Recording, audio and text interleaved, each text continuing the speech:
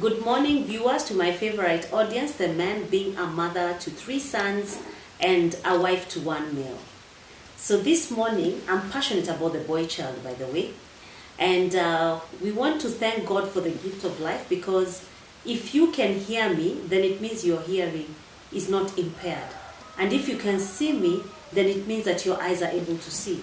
So every day, let's always see blessings. Let us avoid looking at the negatives, because there's so much blessings that we go through every single day. Try and see God every day in your life. So this morning, we want to look at the man as the head of the home, because I realize that many females are walking around headless. Headless meaning that the women are not in a relationship with males, and if they are in a relationship with the male, of which the male is the head, and the woman is supposed to be the neck, you find that they're walking around with no head, where the eyes are constituted, where the nose is constituted, the mouth, the ears. Very important body parts are on the head. So this head, that is what we refer to you as men. And guess what? As Christians, we have a Bible verse to back that. So I'll go to the book of Corinthians, 1 Corinthians 11 verse 3, and it says, "But I want you to realize that the head of every man is Christ, and the head of the woman is man, and the head of Christ is God." So please note that the head of the woman is man. So do not get confused, because many men say, why do I have to be the head? If you're a Christian, then of course we are using the Bible as our manual. And God created family also from the Bible. So this one will be for many Christians. So, for example, at the moment, I'm in a group whereby we are organizing a seminar for singles from the ages of 25 to 60. And you find that in the group, the WhatsApp group, there are so many women who have registered and lesser males. And the men are inboxing us, the coordinators on the side. They confirm that they want to attend the seminar, but they do not want to be put on the WhatsApp group.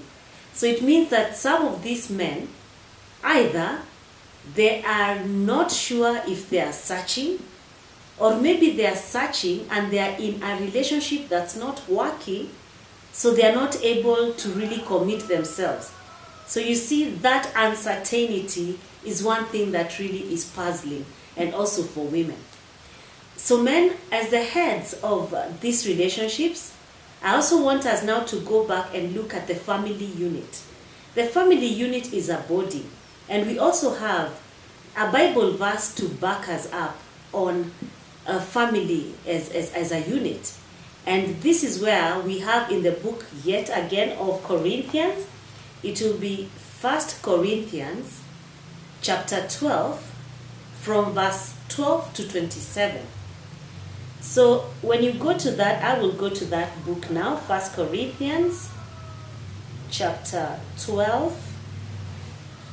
and it's verses 12 to 27. So 12 to 27.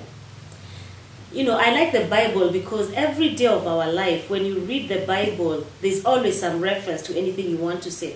And for me, the one that catches me and the one that inspires me from all these Bible verses, you will read it. You know, it starts with, "Just as a body, though one, has many parts, but all its many parts form one body, so it is with Christ."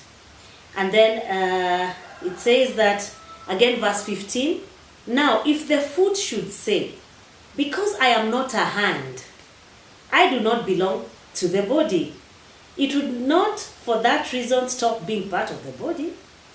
And if the ear, which belongs to the head, you the heads, should say, 'Because I'm not an eye, I do not belong to the body,' it would not for that reason stop being part of the body."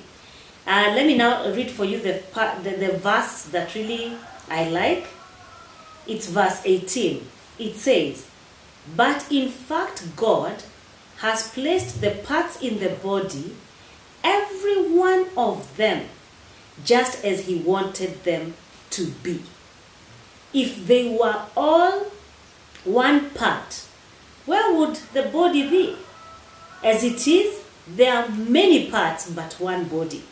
So we go back to the family as a body in the society. In the family, I was referring to the man again as the head and the woman as the neck. So if you are the head, and remember in the head is where even the brain is located. So if you have no eyes, then you men are not giving us any direction as the heads. If you start from the relationship bit, you find a girl, you like her, you court her, and she goes with you out for coffee and you start dating. But because many of you start it as a joke, the relationship, the moment you get into it as a joke, it becomes a joke from the start to the end. And like the woman who, when she's getting into the relationship, not all women, and please note, I'm not referring to all men. So just be very positive and know that if what I'm speaking about doesn't apply to you, so be it. So you find that there are some men who start the relationship as a joke and it goes the whole of it as a joke. So men, if you know yourself, who am I? What's my purpose in life? What's my goal, my vision? Where am I going? Then you cannot be confused. And in this way, you find that you'll be able to lead as the head and the woman as the neck and the rest of the body. Let's give it the children, the hands, the shoulders, the children and other members of your immediate family. They should all be guided by the head. So you see, your role is very key in family. So let's not have absent fathers or men in society who don't know their position. That is why we keep referring to you as such. So once you marry this girl and you started as a joke, or you are not sure, or maybe you married her so that she can be able to fit a certain part. Maybe you wanted to move up your career ladder, you need to be CEO. And to be CEO, you need to be married. Maybe you need to, you're a very frequent flyer, so you are always away from home and your family is always asking you, what will happen? We need you to have a wife. And your mother is asking, why aren't you naming me? Your father is asking you, so what's happening, son? Who's going to inherit the little that I've got? So you marry for the heck of it. Again, you might also marry because you're moving into politics. So you find that there'll be lesser votes for you if you do not have a family, and your opponents might use that against you. So whatever reason, if your foundation for the relationship is wrong, then obviously the marriage, even if you have a big wedding at church, it will never work. You will find very many women are in marriages, but they are single. They are living like they are single parents. And the men also, they are living like they are single. It's like two people who have rented a home and yet they're supposed to be married, which is wrong. So let's not have this, because we are not, bringing up our children very well. And this is why we have so many killings. Look at universities. You find that our children are dying in universities. You find that young people are dying, when they go out to party. They're doing all sorts of things because parents are busy competing. So back to the male.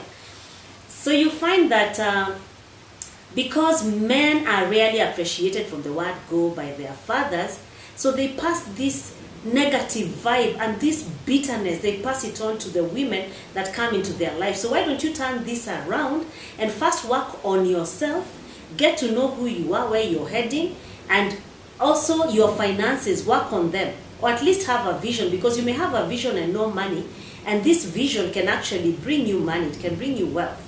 So that also share it with the woman. So you find that you start the relationship not knowing where you're heading, and also you're using the opportune moment because the girl has already worked on herself.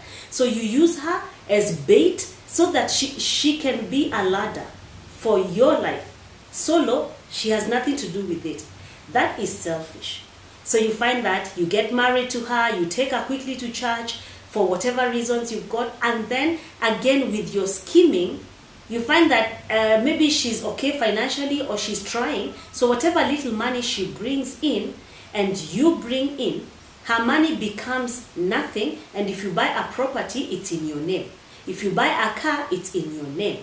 If you buy any household item, maybe a washing machine, it's in your name. And when she asks you, you say, Everything that's in this house belongs to me. You are my property and the children are. But this is old school. It's really getting old-fashioned because the woman, even if she's a stay-home mom, I've done a video on a 24-hour service that's rarely unappreciated.